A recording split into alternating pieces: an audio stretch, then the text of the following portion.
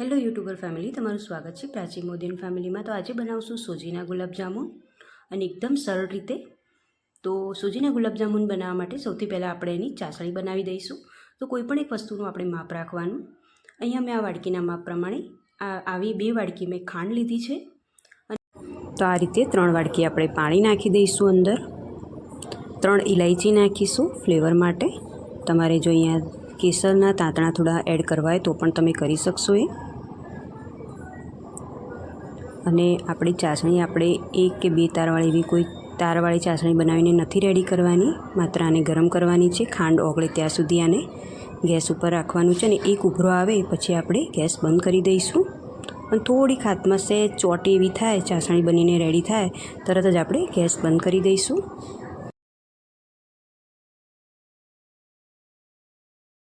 તો ખાંડ બધી ઓગળી ગઈ છે અને જો આ રીતનો એક ઉભરો આવે પછી તરત જ મેં ગેસ બંધ કરી દીધો છે। તો આ ચાસણી બનીને આપણી રેડી થઈ ગઈ છે। તો ચાસણી બની ગઈ છે। તો હવે આપણે ગુલાબજામુન બનાવીશું સોજીના। તો અહીંયા 1 ચમચી મેં કઢાઈમાં ઘી મૂક્યું હતું। 1 ચમચી ઘી ગરમ થાય એટલે આપણે 1 વાડકી, જે વાડકીથી આપણે ખાંડનું માપ લીધું હતું એની એ જ વાડકીથી આપણે સોજી લઈશું। સોજીને ઘીમાં આ રીતે આપણે શેકી લઈશું। ધીમા ગેસ ઉપર આપણે શેકવાની છે। સ્મેલ આવે સોજીમાંથી ત્યાં સુધી આપણે એને શેકીશું। અને જે વાડકીથી આપણે સોજી અને ખાંડનું માપ કર્યું હતું એની એ જ વાડકીથી આપણે 1.5 વાડકી અંદર દૂધ એડ કરીશું સોજીની અંદર। સોજી થોડીક શેકાઈ જાય એટલે એમાંથી સ્મેલ આવે પછી આપણે અંદર દૂધ એડ કરવાનું છે।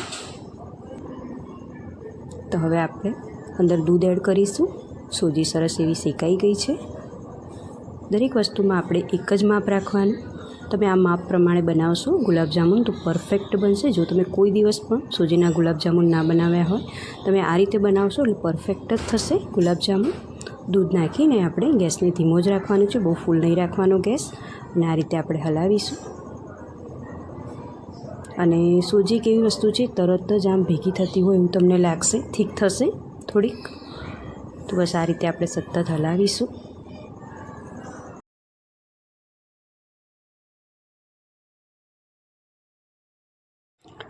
તો આપણે આ રીતે હલાવીશું। તો જો આ રીતનું થઈ જશે સોજી અને દૂધ આ રીતનું થીક થઈ જાય પછી આપણે ગેસ બંધ કરી દઈશું અને આને કોઈક વાસણમાં કાઢી દઈશું। થોડુંક ઠંડુ થાય પછી જ આમાંથી આપણે ગોળા વાળીશું।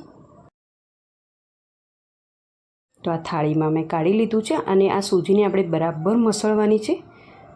આ સોજી થોડીક જો થીક થઈ જાય તો તમારે નવશેકું થોડુંક દૂધ નાખવાનું, 2 ચમચી જેટલું, અને પછી તમારે આ રીતે વ્યવસ્થિત મસળી લેવાની સોજીને। બરાબર મસળી હશે તો જ્યારે પણ ગુલાબજામુન ખાશો તો અંદરથી સોફ્ટ લાગશે। એટલે વ્યવસ્થિત આપણે મસળી લેવાની સોજીને પછી જ આમાંથી આપણે ગોળા વાળીશું। તો મેં સરસ એવી સોજીને મસળી લીધી છે। હવે આ હાથમાં થોડું ઘી લગાવી દેવાનું અને આના ગોળા વાળવાના। તમને નાના મોટા જે રીતના ગુલાબજામુન પસંદ હોય, ઘણાને નાની સાઇઝના પસંદ આવતા હોય છે, ઘણાને મોટી સાઇઝના પસંદ આવતા હોય છે। અહીંયા હું મીડિયમ સાઇઝના જ ગોળા વાળીશ અને આ રીતે બધા જ ગોળા વાળીને હું મૂકી દઈશ।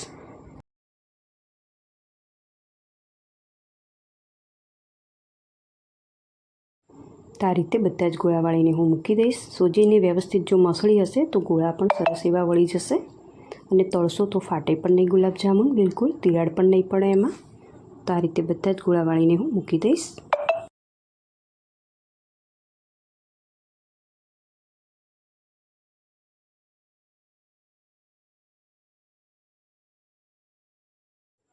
તો અહીંયા 1 વાડકી સોજીમાંથી 14 થી 15 જેટલા મેં ગોળા વાળીને મૂકી દીધા છે। મીડિયમ સાઇઝના ગોળા મેં વાળ્યા છે, બહુ નાનાય નથી બનાવ્યા અને બહુ મોટા પણ નથી બનાવ્યા। હવે મેં તેલ પણ ગરમ કરવા માટે મૂકી દીધું છે। તો બસ આ બનીને રેડી છે।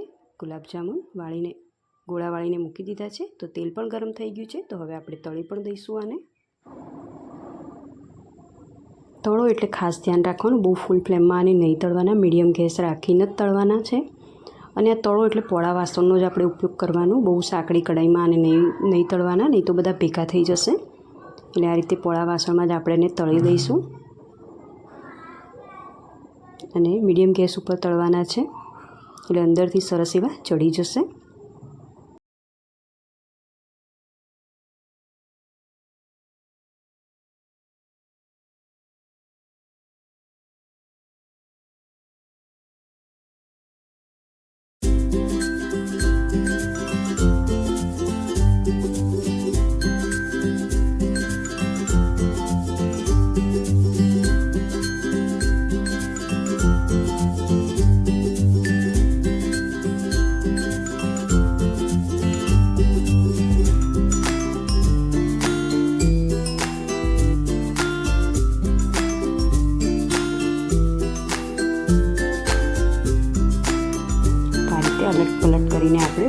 સહેજ લાલચ પડતો કલર આવે ત્યાં સુધી આપણે એને તળી લઈશું.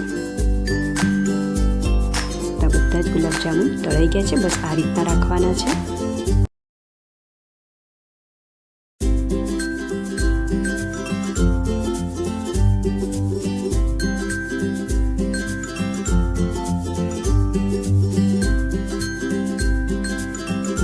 જો આ રીતના તળાઈ જવા જોઈએ. હવે આપણે જે ચાસણી બનાવીને મૂકી હતી એની અંદર આપણે આ ગુલાબજામુન નાખવાના છે, અંદર એડ કરવાના છે. આપણે ખાસ ધ્યાન તો એ રાખવાનું કે ચાસણી આપણી બહુ ગરમ ના હોવી જોઈએ. જ્યારે આપણે અંદર ગુલાબજામુન નાખીએ તો એ થોડીક નોર્મલ ઠંડી હોય પછી જ આપણે આ ગરમ ગરમ ગુલાબજામુન ચાસણીની અંદર નાખવાના છે. જો તમે એ રીતે કરશો તો ગુલાબજામુન બિલકુલ ફાટશે નહીં, તિરાડો નહીં પડે એમાં. હવે આપણે એની ઉપર આ રીતે ચાસણીમાં ડૂબેલા લગભગ 5 મિનિટ સુધી રાખીશું. એટલે સરસ એવા ગુલાબજામુન આપણા ફૂલી જશે. ચાસણીમાં 5 મિનિટ સુધી આપણે રાખવાના છે, પછી સરસ એવા ફૂલી જશે. અંદર સુધી ચાસણી જશે ગુલાબજામુનના અંદર સુધી. એટલે ખાસો એટલે દરેક બાઈટમાં એકદમ મીઠાશ લાગશે આપણને. તો બસ રેડી છે સૂજીના ગુલાબજામુન. તમે જો કોઈ દિવસ ટ્રાય ના કરે તો ચોક્કસથી ટ્રાય કરજો. જોઈ શકો છો તમે. અને ખાવામાં પણ એકદમ સોફ્ટ બને છે. તમને જ્યારે પણ ગળ્યું ખાવાનું મન થાય, કોઈ પ્રસંગ હોય, કંઈ પણ એવું હોય તો તમે આ રીતે ગુલાબજામુન બનાવીને ખાઈ શકો છો. તો બસ રેડી છે ગુલાબજામુન સૂજીના. તમને જો આ રેસીપી પસંદ આવી હોય તો પ્લીઝ મને લાઇક, શેર, સબસ્ક્રાઈબ કરજો અને કોમેન્ટ પણ કરજો. તમને પસંદ આવી હોય તો તમારા ફ્રેન્ડ સર્કલમાં પણ આ વિડીયોને શેર કરજો. જોઈ શકો છો તમે જો અંદરથી પણ કેટલા સોફ્ટ બન્યા છે. તમને જો તોડીને પણ બતાવું.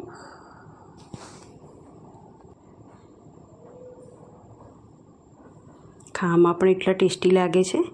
તો ચોક્કસથી આ રેસીપી તમે ટ્રાય કરજો.